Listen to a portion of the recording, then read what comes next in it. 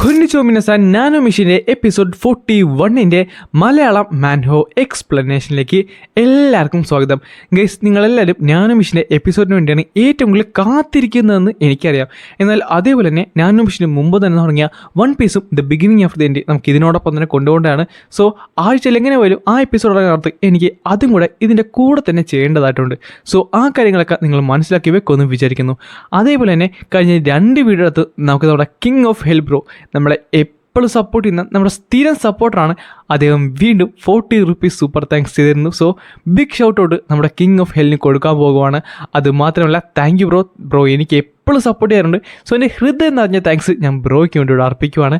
എന്തായാലും അധികമൊന്നും പറഞ്ഞ് ഞാൻ ആരെയും പൊറടിപ്പിക്കുന്നില്ല. ലൈക്ക് ചെയ്തവർ ലൈക്ക് ചെയ്യാനും സബ്സ്ക്രൈബ് ചെയ്തവർ സബ്സ്ക്രൈബ് ചെയ്യാൻ മറക്കണ്ട. ഇന്ന് തിങ്കളാഴ്ചയാണ്, അതിനർത്ഥം നിങ്ങൾക്കെല്ലാവർക്കും ഹൈപ്പും ചെയ്യാൻ പറ്റുമെന്ന്. അതുകൊണ്ട് ഇപ്പം തന്നെ എല്ലാവരും നമ്മുടെ വീഡിയോ ഒന്ന് ഹൈപ്പ് ചെയ്യാനും മറക്കണ്ട. അങ്ങനെ ഈ ചാപ്റ്റർ തുടങ്ങുന്നിടത്ത് നമുക്ക് നമ്മുടെ അക്കാഡമിയാണ് കാണാൻ സാധിക്കുന്നത്. അവിടെയായിട്ട് ഒരു റൂമിനകത്ത് അവരെല്ലാവരും ഇരിപ്പുണ്ടായിരുന്നു. ഇതേ സമയം സർലി പറയുകയും ചെയ്യും, അല്ല എൽറി യൂണോട്ടെ ഫിസിക്കൽ റിസ്റ്റോറേഷനിലൂടെ കടന്നു പോയിരിക്കുന്നു. അതുമാത്രമല്ല അവളുടെ ലോയൽറ്റി അവൾ കൊടുത്തിരിക്കുന്നു. ഇത് ഞാൻ ഒട്ടും തന്നെ എക്സ്പെക്ട് ചെയ്ത ഒരു കാര്യമല്ല. ഞങ്ങളോട് താങ്കൾ എന്തിനാണ് എന്നെ കാണണമെന്ന് പറഞ്ഞത്? അത് നമ്മുടെ 70 വർഷത്തിന് മുമ്പ് ആ ഒരു 6ാമത്തെ എക്സാമിനേഷൻ പാസ്സായ മറ്റൊരാളില്ലേ, അദ്ദേഹത്തിൻ്റെ പേരറിയാവോ? 70 വർഷത്തിന് മുമ്പ് 6ാമത്തെ എക്സാമിനേഷനോ? മൈലോട്ട്, താങ്കൾ എന്തിനാണ് തിരക്കുന്നതെന്ന് ഞാൻ ചോദിച്ചോട്ടെ? അതിനെപ്പറ്റി ഞാൻ പറയുന്നു പെട്ടെന്ന് അവൾ പറയുകയും ചെയ്യും. അങ്ങനെ കാര്യങ്ങളൊക്കെ വളരെ ഡീറ്റെയിൽ ആയിട്ട് തന്നെ അവൾ പറയുകയും ചെയ്യും. അപ്പോൾ താങ്കൾ പറയുന്ന ആ നെയിംലെസ് ആയുള്ള പേഴ്സൺ അവൻ നമ്മുടെ ഡിമോണിക് ലോഡിൻ്റെ സോഡായിട്ട് മാസ്റ്റർ ചെയ്യുന്നതാണോ? എനിക്കിത് വിശ്വസിക്കാൻ സാധിക്കുന്നില്ല. അല്ല എന്ത് പറ്റി സാർ? വേറൊന്നും കൊണ്ടല്ല, 70 വർഷത്തിന് മുമ്പ് ആ ഒരു 6ാമത്തെ എക്സാമിനേഷൻ പാസ്സായത് അത് മറ്റാരുമില്ലായിരുന്നു, നമ്മുടെ പ്രീവിയസ് പെട്രിയച്ചല്ല ഇഞ്ചി ചിയോണായിരുന്നു. എൻ്റെ അപ്പൂപ്പനോ? ഇഞ്ചി ചിയോൺ പ്രീവിയസ് അല്ല പെട്രിയച്ചാണ്. അതിലുപരി ഇയോൻ്റെ ഗ്രാൻഡ് ഫാദർ കൂടിയായിരുന്നു. കഴിഞ്ഞ 500 വർഷങ്ങളിൽ ഇദ്ദേഹത്തിനെ പോലെ ഒരു റിഫൈനുള്ള മാർഷൽ ആർട്ടിസ്റ്റ് ഇല്ലെന്ന് തന്നെ പറയാൻ സാധിക്കും. അതുമാത്രമല്ല, മുറിമും ഈവിൽ ഫാക്ഷനുമുള്ള ആ ഒരു വാറിനിടക്ക് അദ്ദേഹത്തിന് ആർക്കും തന്നെ കോമ്പാക്റ്റ് ഡിഫീറ്റ് ചെയ്യേണ്ട സാധിച്ചില്ല. അതുമാത്രമല്ല, ഡിമോണിക് കൾട്ട് ഇപ്പോൾ സെൻജാങ് പോലെ ഈ വ്യാപിച്ച് കിടക്കാനുള്ള കാരണം അദ്ദേഹമാണ്. അല്ല പക്ഷെ ഞാൻ കേട്ടിട്ടുള്ളത് 20 വർഷത്തിന് മുമ്പ് എൻ്റെ അപ്പൂപ്പനെ കാണാതായെന്നാണല്ലോ. അപ്പൊ നെയിംലെസ് അതാരാണ്? അതിലുപരി ആ ഒരു പേഴ്സൺ അൾട്ടിമേറ്റ് ഉള്ള സോട്ട് ടെക്നിക്ക്, അത് ഒന്ന് പെട്രേച്ചൻ്റെ കോട്ടേഴ്സിലും മറ്റൊന്ന് അണ്ടർഗ്രൗണ്ട് ലൈബ്രറിയിൽ ഇരിക്കുന്ന സ്ഥലത്ത്, അത് രണ്ടും തന്നെ മാസ്റ്റർ ചെയ്തിരുന്നു. അതിന് ഒരു ആക്സസ് വേണം. പെട്രേച്ചൻ്റെ കോട്ടേഴ്സിലേക്കും 6th എക്സാമിനേഷൻ പാസ്സായ ഒരാൾക്ക് മാത്രമേ അത് സാധ്യമാകത്തുള്ളൂ. പിന്നെ കാണിക്കുന്നത് ആ ഒരു ഗ്രാൻഡ് ആയിട്ടുള്ള എൻട്രൻസ് ആണ്. അവിടെ വലിയൊരു ശബ്ദവും കേൾക്കാൻ സാധിക്കും. അല്ല അതെന്താണ്? ഈ സമയത്ത് തന്നെ ഇയോൺ പറയുകയും ചെയ്യും, ഞാനിത് പ്രെഡിക്റ്റ് ചെയ്തതിനെക്കാട്ടും കുറച്ചുകൂടെ മുമ്പാണല്ലോ. അത് കഴിഞ്ഞ് കാണിക്കുന്നത് ആ ഒരു ഗേറ്റിൻ്റെ അവിടെ കൂടെ കുറച്ച് പേര് കടന്ന് വരുന്നതാണ്. ഇത് കാണാനത് ബാക്കിയുള്ളവരെല്ലാവരും പറയും ചെയ്യും, നീ നോക്കിയേ നമ്മുടെ പെട്രേച്ച് തിരിച്ചെത്തിരിക്കുന്നു, ഡിമോണിക് കൾട്ട് വിജയിക്കട്ടെ എന്ന് പറഞ്ഞുകൊണ്ട് അവരെല്ലാവരും ഉച്ചത്തി അലറാനും തുടങ്ങി. അപ്പോൾ ഇനിയാണല്ലേ യഥാർത്ഥ യുദ്ധം തുടങ്ങാൻ പോകുന്നത്. പിന്നെ കാണിക്കുന്നത് നമുക്ക് നമ്മുടെ പെട്രേച്ചിൻ്റെ ആ ഒരു സ്ഥാനമാണ്. സോ പെട്രേച്ച് എത്തിയിരിക്കുന്നു. അല്ല സാർ സിയോപോങ്, അദ്ദേഹത്തിന്റെ കണ്ണിന് എന്താ പറ്റി? അത് മാത്രമല്ല അദ്ദേഹത്തിന്റെ ലുക്കും അത്ര നല്ലതല്ലല്ലോ. സാർ സിയോപോങ് എന്ന് പറയുന്നത് ശരിക്കും റിഫൈൻഡ് ആയുള്ള ഒരു മാർഷൽ ആർട്ടിസ്റ്റ് ആണ്. അതേ എങ്ങനെയാണ് ഇങ്ങനെ ഇഞ്ചേർഡ് ആയത്? ഈ ഒരു അവസ്ഥ അതെന്താണ് ഉണ്ടായിട്ടുള്ളത്? എങ്ങളോട് സാർ സിയോപോങ് മാത്രമല്ല, താങ്കൾ ഒന്നുകൂടെ നോക്കിയേ, 3rd എൽഡർ വരെ കുഴപ്പമില്ല, പക്ഷെ അതിന്റെ താഴത്തോടുള്ള എല്ലാവരും കംപ്ലീറ്റ്ലി ബീറ്റപ്ഡ് ആണ്. അത് മാത്രമല്ല 5th എൽഡറായുള്ള സോയു ഹാങ്ങിന്റെ ലെഫ്റ്റ് ആമും ഇല്ല. അതേപോലെ തന്നെ ഒരു എൽഡർ മിസ്സിംഗ് ആണല്ലോ. അല്ല ഇനി എങ്ങാണെന്ന് പറഞ്ഞിട്ട് പെട്ടെന്നാണ് അവൾ തലയിട്ട് നോക്കിയത്, അത് അപ്പൂപ്പനായിരിക്കോ? പക്ഷേ പെട്ടെന്നാണ് അവൾ അവളുടെ അപ്പൂപ്പനെ കണ്ടത്. ഇപ്പോഴാണൊന്ന് സമാധാനമായത്. അങ്ങനെയാണെങ്കിൽ കാണാത്തത് 7th എൽഡറാണ്, സിയോങ് ഉൻ ഗോങ്. അദ്ദേഹം ഷീൽഡുള്ള ബ്രൈറ്റ് സേബർ സെറ്റിലായിരുന്നു. ഈ സമയം തന്നെ നമുക്ക് നമ്മുടെ ഷാഡോ സെറ്റിന്റെ ചീഫുള്ള ജിൻ വോ മൂനെ കാണാൻ സാധിക്കും. അല്ല എനിക്കെൻ്റെ സിസ്റ്ററിനെയും എൻ്റെ പിള്ളേരെയും പിന്നെ ഷാഡോ സെല്ലിലെ ആരും തന്നെ കാണാൻ സാധിക്കുന്നില്ലല്ലോ. എന്താന്ന് പറഞ്ഞൂടാ, ഇതത്ര നല്ലതായിട്ട് എനിക്ക് തോന്നുന്നില്ല. പെട്ടെന്നാണ് ബാക്കിയുള്ളവരൊക്കെ ഞെട്ടിത്തെറിച്ചു പോയത്. കാര്യം അവിടേക്ക് ഒരു വെള്ളക്കൊടിയും പിടിച്ചുകൊണ്ട് മറ്റു കുറച്ച് പേർ നടന്നു വരും. ഇതിനു മുമ്പ് ഇത്രയധികം മെസ്സഞ്ചേഴ്സ് ഇവിടേക്ക് വന്നിട്ടുണ്ടോ? ഇവരെന്താണ് ഇവിടെ വന്നിരിക്കുന്നത്?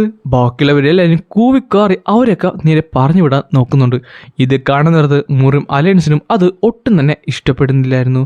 അല്ല മുറിം അലയൻസോ? അപ്പോൾ കാര്യങ്ങൾ കുറച്ചുകൂടെ ഇൻട്രസ്റ്റിംഗ് ആകാൻ പോകുവാണ്. താങ്കളോ? അല്ല താങ്കൾക്കറിയാം ഇവിടെ എന്താ സംഭവിക്കാൻ പോകുന്നത്? ഈ സമയത്ത് തന്നെ ഹ്യൂബോങ് പറഞ്ഞു, അല്ല ഇവനെപ്പോഴാണ് ഇവിടെ വന്നത്? സത്യം പറഞ്ഞാൽ ഇത് കംപ്ലീറ്റ്ലി കുറച്ച് സീക്രട്ടീവ് ആയതുകൊണ്ട് എനിക്കും വലിയ പിടുത്തമൊന്നുമില്ല. പക്ഷെ എനിക്ക് തോന്നുന്നത് ഡിമോണിക് കൾട്ട് മുറിം അലയൻസുമായിട്ട് ജോയിന്റ് ഫോഴ്സസ് ചെയ്യാൻ പോകുവാണെന്ന്. ഇത് മുറിമലയൻസ് ആയിട്ടോ. പിന്നെ കാണിക്കുന്നത് ഡിമോണിക് കൾട്ടിന്റെ ആ ഒരു ഗ്രാൻഡ് ആയ ഹാളാണ്. അതിനകത്ത് കുറെ അധികം പേര് വന്നിരിപ്പുണ്ടായിരുന്നു. അടുത്തതായിട്ട് നമ്മുടെ നയൻത് എൽഡർ വരുന്നു. ഈ സമയത്ത് തന്നെ അവൻ വരികയും ആ ടൈമിൽ തന്നെ കുറച്ച് പേര് അവനെ കാണാൻ വരികയും ചെയ്യും. വെൽക്കം എൽഡർ സമ, താങ്കളെ കണ്ടിട്ട് കുറെ ആയിരിക്കുന്നല്ലേ? അതെ, താങ്കളെ കണ്ടിട്ടും. ആ സമയത്ത് തന്നെ സോങ് യു ഹാങ്, അതായത് 5th എൽഡർ പറയും ചെയ്യും, 3 എൽഡേഴ്സ് ലേറ്റ് ആണല്ലോ. ആ പോയിസൺ സൈക്കിൾ അവനൊന്നും ചിലപ്പോൾ മേലാതായി കാണും, അതായിരിക്കും വരാത്തത്. ആ പറഞ്ഞത് 4th എൽഡർ ആയിരുന്നു. അടുത്തതായിട്ട് 10ഉം 11ഉം 12ാമത്തെ എൽഡർ ഗ്രാൻഡ് ഹാളിലേക്ക് വരികയാണ്. ഇവരൊക്കെ എൽഡേഴ്സ് എന്ന് വിളിക്കേണ്ട അർഹത പോലും ഇല്ല, ഇത്ര ലോ റാങ്ക് അല്ലേ അവരൊക്കെ. പെട്ടെന്നാണ് അവനൊന്ന് ഞെട്ടിയത്. കാര്യം അവർ 3 പേരും കൂടെ അവിടേക്ക് കടന്നു വരുമായിരുന്നു. ആ കൂട്ടത്തിൽ നമ്മുടെ ഇയോണും ഉണ്ടായിരുന്നു. അത് കണ്ടപ്പോൾ എല്ലാവരും ഒന്ന് ഞെട്ടിത്തെറിച്ചുപോയി. അല്ല, അവനും തന്നെ ഇവിടെ ചെയ്യുന്നത്? ഗ്രീറ്റിംഗ്സ് ഫെല്ലോ എൽഡേഴ്സ്, ഞാൻ ഇയോൺ സിയോൺ, ഏറ്റവും പുതിയ 12th എൽഡർ. 12th എൽഡറോ? അതിനർത്ഥം 6ാമത്തെ എക്സാമിനേഷൻ അവൻ പാസ്സായെന്നാണോ? അല്ല, അതുകൊണ്ടാണോ എനിക്ക് പോയിസൺ സെക്ടിന്റെ ചീഫിനെ കാണാൻ സാധിക്കാഞ്ഞത്? ഈ സമയത്ത് തന്നെ ബാക്കിയുള്ള എല്ലാ എൽഡേഴ്സും അവിടെ അങ്ങോട്ട് എമിറ്റ് ചെയ്യുന്നുണ്ട്. സോ അതാണല്ലേ ഇയോൺ സിയോൺ. അവനാണ് എൻ്റെ പേരക്കുട്ടിയുടെ കൈ മുറിച്ച് മാറ്റിയത്. ഇവനെ പോലെ കരു ഇവിടം വരെ എത്തിയിരിക്കുന്നു. നീ എത്ര ധൈര്യം കൊണ്ടാണ് ഇവിടേക്ക് കാലെടുത്ത് വെച്ചത്? നിനക്ക് തോന്നുന്നുണ്ടോ ഞങ്ങളിൽ ഒരാൾ നിന്നെ അക്നോളജ് ചെയ്യുന്നു? നീ ഒരു എൽഡർ ആകുന്നോ? സ്വപ്നത്തിൽ പോലും നീ ഇത് വിചാരിക്കണ്ട. എനിക്ക് ഗ്യാരണ്ടി തരാൻ പറ്റും, ഒരാൾ പോലും നിന്നങ്ങനെ കാണത്തില്ലെന്ന്. ഗ്രീറ്റിംഗ്സ് എൽഡർ സിയോൺ, ഞാൻ വാങ് ഹ്യോക്കോ, ഡിമൺ ഫിസ് സെറ്റിലെ ചീഫാണ് ഞാൻ. Pleasure to meet you. Greetings elder സിയോൺ, ഞാൻ തേ ഗുങ് ചേ, ഞാൻ chief of the west gate സെക്റ്റാണ്. ഗ്രീറ്റിംഗ്സ് എൽഡർ സിയോൺ, ഞാൻ ഷാങ് ഇൻ ഹോ, ഞാൻ ഡിസ്ട്രക്റ്റീവ് എക്സെല്ലിലെ ഒരാള്. Please to meet you. Greetings elder സിയോൺ എന്ന് പറഞ്ഞിട്ട് ഒത്തിരി അധികം പേരാണ് അവനെ ഗ്രീറ്റ് ചെയ്യുന്നത് തന്നെ. ഈ നാറുകൾ എന്താണ് ഈ വിചാരിച്ചിരിക്കുന്നത്? ഇവരെല്ലാവരും നമുക്കെതിരെ തിരിയുവാണോ? ഇത് കണ്ടിട്ട് വാങ്ചിയിലും ഹിയോബോങ്ങും ബാക്കിയുള്ളവരെല്ലാവരും തന്നെ കുറച്ചിതിനു വേണ്ടി കഷ്ടപ്പെട്ടിട്ടെന്ന് തോന്നുന്നു. ഇവിടെ എന്താണ് ഈ സംഭവിക്കുന്നത്? ഇവൻ എങ്ങനെയാണ് ഇതൊക്കെ സാധ്യമായത്? ഇവൻ ഇതിനു മുമ്പ് വേറൊരു കീടം മാത്രമായിരുന്നു. നിനക്ക് എത്ര ധൈര്യം കൊണ്ടാണ് നീ ഇവിടേക്ക് എത്തിയത്? നീ ഞങ്ങളിൽ ഒരാളെന്നാണ് നീ പറയുന്നത്? ടോം യു യോൺ ചിയോൺ. അപ്പോഴാണ് അവൻ വിളിച്ചു പറയുന്നത്. പെട്രിയച്ചിത മുന്നിലേക്ക് കടന്നു വരുന്നു. പിന്നെ കാണിക്കുന്നത് പെട്രിയച്ച് മുന്നിലേക്ക് നടക്കുന്നതാണ്. അവൻ വന്ന് അവന്റെ കസേരയിൽ വന്ന് ഇരിക്കുകയും ചെയ്യും. ഡിമോണിക്കൾട്ട് വിജയിക്കട്ടെ എന്ന് ആ ഒരു ഉച്ചത്തി എല്ലാവരും അലറാനും തുടങ്ങി. അത്രമേൽ ശബ്ദമുണ്ടായിട്ട് കൂടിയും പെട്രിയച്ച് തന്റെ കൈയൊന്ന് പൊക്കിയപ്പോൾ തന്നെ അവിടെ എല്ലാം പിൻ ഡ്രോപ്പ് സൈലന്റ് ആയി. ഈ സമയത്ത് തന്നെ അവൻ പറയും ചെയ്യും, ഇനി നിങ്ങൾക്ക് എല്ലാവർക്കും ഇരിക്കാവുന്നതാണ്. ആ സമയത്ത് അവൻ ഇരിക്കാൻ പോയി. ഈ ടൈമിലാണ് ഇയോണത് ശ്രദ്ധിച്ചത്. അല്ല, പെട്രിയച്ചിന്റെ ബ്രീത്തിങ് അതൊട്ടും നോർമൽ അല്ലല്ലോ. അല്ല, അദ്ദേഹത്തിന് എന്തെങ്കിലും ഇന്ത്യനുള്ള ബോൺസ് കിട്ടിയിട്ടുണ്ടോ? ബാക്കിയുള്ള എൽഡേഴ്സിന്റെ കാര്യം വെച്ച് നോക്കുന്നിടത്ത് ആ ഇഞ്ചുറീസിന് എന്തോ ക്ലിയർ ആയിട്ടുള്ള ഒരു കാര്യം തന്നെയുണ്ട്. പെട്ടെന്നാണ് സാർ സിയോപോങ് അവനെ ശ്രദ്ധിക്കുന്നത്. അല്ല, ഇവനെന്താണ് ഇവിടെ ചെയ്യുന്നത്? എനിക്കിന്റെ കണ്ണുകളെ വിശ്വസിക്കാൻ സാധിക്കുന്നില്ല. അവൻ്റെ ഓവർ എന്ന് പറയുന്നത് കംപ്ലീറ്റ്ലി റിഫൈൻ ആണ്. അത് മാത്രമല്ല, അവൻ ആ ഒരു ലെവലിലേക്ക് എത്തിയിരിക്കുന്നു. ഇവൻ എന്നെ തന്നെ സർപ്പാസ് ചെയ്തിരിക്കുന്നു. ഇനി എനിക്ക് വന്ന് നീ എൻ്റെ ശിഷ്യനാണെന്ന് പറഞ്ഞ് നിന്റെ മേത്ത് കുതിര കയറാൻ പറ്റത്തില്ലല്ലേ? പെട്ടെന്നാണ് ഇവനൊന്ന് ഞെട്ടിയത്. കാര്യം പെട്രിയച്ച് അവനെ തുറിച്ച് നോക്കാൻ തുടങ്ങി. അദ്ദേഹത്തിന്റെ നോട്ടം ഒരു സോഡ് പോലെ തന്നെ മൂർച്ചേറിയതാണ്. ശരിയാണ്, അദ്ദേഹം കംപ്ലീറ്റ്ലി സർപ്രൈസ് ആയിരിക്കും എന്നെ ഇവിടെ കണ്ടതുകൊണ്ട് തന്നെ. ഇനി നമുക്ക് മീറ്റിംഗ് തുടങ്ങാവുന്നതാണ്. അതിനു മുമ്പ് 9th എൽഡർ, പ്ലീസ് ഞങ്ങൾക്കൊരു ബ്രീഫ് തരേണ്ടതാണ്. പെട്രിയച്ച് ഇല്ലാഞ്ഞ സമയത്ത് ഇവിടെ എന്താണ് സംഭവിച്ചത്? Yes sir. അതിനുശേഷം അവൻ കാര്യങ്ങളൊക്കെ വിശദമായി പറയാൻ തുടങ്ങി.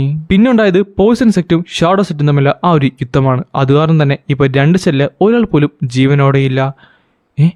അത് നമ്മൾ വിശ്വസിക്കണമെന്നാണ് പറയുന്നത്. പെട്രിയച്ച് ഇല്ലാത്ത സമയത്ത് 2 മേജർ സൈറ്റ് ഫൈറ്റ് ചെയ്തെന്നോ? അത് മാത്രമല്ല, പരസ്പരം ഇവരെന്തിനാണ് ഈ ഫൈറ്റ് ചെയ്തത്? എൻ്റെ മകനെ സേബറും പോയിസൺ സെക്റ്റും കൂടെ കൂടിച്ചേർന്ന് കൊന്നോ? യാങ്കാന്റെ തല പൊട്ടിത്തെറിച്ച് കൊന്നോ? അത് മാത്രമല്ല, ഫ്ലവറിംഗ് ഡാർക്ക് ക്ലൗഡ് പ്ലാം ടെക്നിക്കോ? യൂജ് അങ്ങനെ സോഡ് സെക്റ്റ് കൊന്നോ? എനിക്ക് എൻ്റെ മകൻ, എൻ്റെ പെങ്ങൾ മരിച്ചെന്നോ? അങ്ങനെ വരാൻ വഴിയില്ല. അവൾ ഏറ്റവും സ്മാർട്ടും മോർ കണ്ണിങ്ങുമാണ്.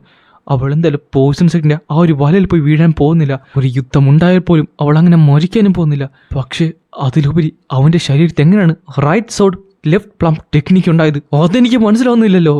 അതും പറഞ്ഞുകൊണ്ട് ദേഷ്യം വന്നവനാട്ടെ ആ കസേരയുടെ കൈ തന്നെ തല്ലി പൊട്ടിക്കുകയും ചെയ്യും.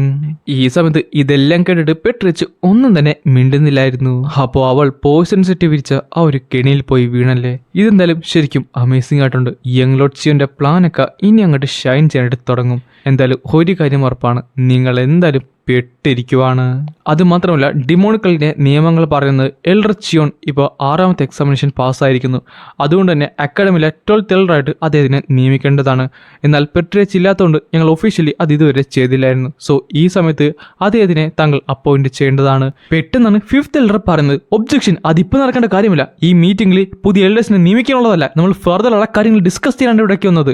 മതി, ഇയോൺ ചിയോൺ മുന്നിലേക്ക് വാ. ആ സമയത്ത് തന്നെ അവൻ പതുക്കെ മുന്നിലേക്ക് നടന്നു അവനെ ബോ ചെയ്യുന്നുണ്ട്. 23ാമത്തെ ഡിമോണിക് കൾട്ടിന്റെ പെട്രിയച്ച് എന്ന നിലയ്ക്ക് ഞാൻ ഇന്ന് നിന്നെ ഇവിടെ അപ്പോയിന്റ് ചെയ്യുവാണ്. 12th എൽഡർ എന്ന നിലയ്ക്ക് ഇന്നു മുതൽ നിന്റെ ശരീരവും നിന്റെ മനസ്സും നിന്റെ ത്യാഗവും എല്ലാം ഡിമോണിക് കൾട്ടിന് വേണ്ടി മാത്രമായിരിക്കണം. തീർച്ചയായും അങ്ങനെ തന്നെയായിരിക്കും അവർ പെട്രിയച്ച്. ഇങ്ങനെ വരാൻ വഴിയില്ലല്ലോ. ഇതിനു മുമ്പ് ഞാൻ അവനെ കണ്ടപ്പോൾ അവൻ വെറും ഒരു കരു മാത്രമായിരുന്നു. എന്നാൽ ഇത്രയും ഉയരത്തിലേക്ക് അവൻ വരുമെന്ന് ഞാൻ ഒരിക്കലും വിചാരിച്ചില്ല. നീ ഇന്ന് നമ്മുടെ കൾട്ടിലെ ഒരു ഒഫീഷ്യൽ എൽഡറാണ്. അതുകൊണ്ട് ഞാൻ നിനക്ക് ഒരു റിക്വസ്റ്റ് തരുവാണ്. ഒരു റിക്വസ്റ്റ്, നിനക്ക് എന്ത് വേണമെങ്കിലും ചോദിക്കാവുന്നതാണ്. Thank you. അങ്ങനെയാണെന്നുണ്ടെങ്കിൽ ഞാനിപ്പോൾ മൈനർ പ്രീസ്റ്റിലേക്ക് അസെൻഡന്റ് ചെയ്യാനുള്ള താങ്കളുടെ പെർമിഷനാണ് ചോദിക്കുന്നത്. എന്ത്? പെട്രിയച്ച്, ഞങ്ങൾ 3 പേരും ആ കാര്യത്തിൽ എഗ്രി ചെയ്യുന്നുണ്ട്. പ്ലീസ് ഞങ്ങളോടിന് ആ ഒരു പെർമിഷൻ കൊടുക്കേണ്ടതാണ് മൈനർ പ്രീസ്റ്റ്ഹുഡ് ആകാനുള്ളത്.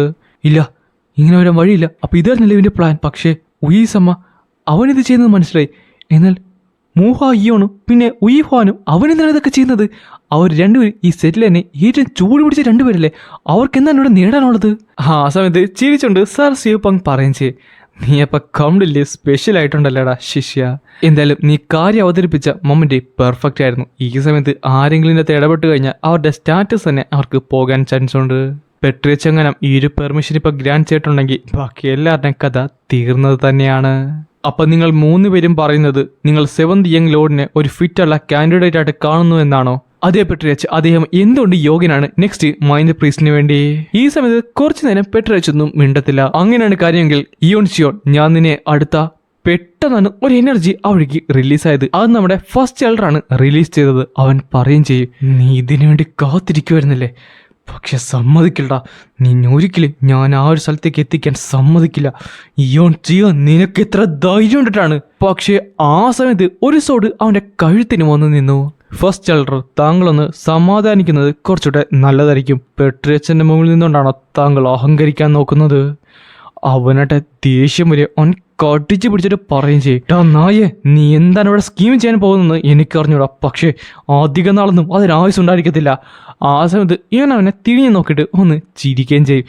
ഇതും കൂടെ കണ്ടപ്പോൾ അവൻ്റെ ദേഷ്യം 10 മടങ്ങായിട്ട് മാറി. അപ്പോഴാണ് പെട്രിയച്ച് പറയുന്നത്, മതി. അടുത്ത സെക്കൻഡ് തന്നെ അവിടെ ഫുള്ള് സൈലൻ്റായി. ഈ സമയത്ത് തന്നെ ഫസ്റ്റ് എൽഡറിനെ മനസ്സിലായി ഇനി മുന്നോട്ട് പോയിട്ട് കാര്യമില്ലെന്ന്. പെട്ടെന്ന് അവൻ നേരെ താഴത്തേക്ക് മുട്ടുകുത്തിയിരുന്നു. അവർ ഡിവൈൻ പെട്രിയച്ച്, എന്നോട് ക്ഷമിക്കണം, ഞാൻ ചെയ്തത് മാപ്പറിയാത്ത തെറ്റാണെന്ന് എനിക്കറിയാം. പക്ഷേ എന്നോട് ഇത്തവണ ഒന്ന് ക്ഷമിക്കണമെന്നുണ്ട്. അവൻ നേരെ തല നിലത്തേക്ക് അടിച്ചിട്ട് ക്ഷമ ചോദിക്കുന്നുണ്ട്. മതി, എല്ലാവരും അവരുടെ സീറ്റിലേക്ക് പോയിരുന്നോളൂ. ഈ സമയത്ത് തന്നെ സാർലി തൻ്റെ സോഡ് തിരിച്ച് വെക്കുകയും ചെയ്യും. അങ്ങനെ അവരെല്ലാവരും പഴയ സ്ഥലത്തേക്ക് നടക്കാൻ തുടങ്ങി. ഈ ടൈമിലാണ് ഫസ്റ്റ് എൽഡർ ഒന്ന് തിരിഞ്ഞു നോക്കിയത്. എന്നിട്ട് അടുത്ത സെക്കൻഡ് തന്നെ അവൻ അവിടുന്ന് ചാടി സാർലിയുടെ പുറകിൽ കൂടെ പോയ അവൻ തിരിഞ്ഞു നോക്കാൻ നേരത്ത് കാണുന്നത് ഫസ്റ്റ് എൽഡർ നമ്മളെ ഇയോൺ ചിയോനെ അറ്റാക്ക് ചെയ്യാനായിട്ട് പോകുന്നവർ. ഇയോൺ ചിയോൺ എന്ന് വിളിച്ചുകൊണ്ടാണ് ഈ ഒരു ചാപ്റ്റർ ഇവിടെ അവസാനിക്കുന്നത്.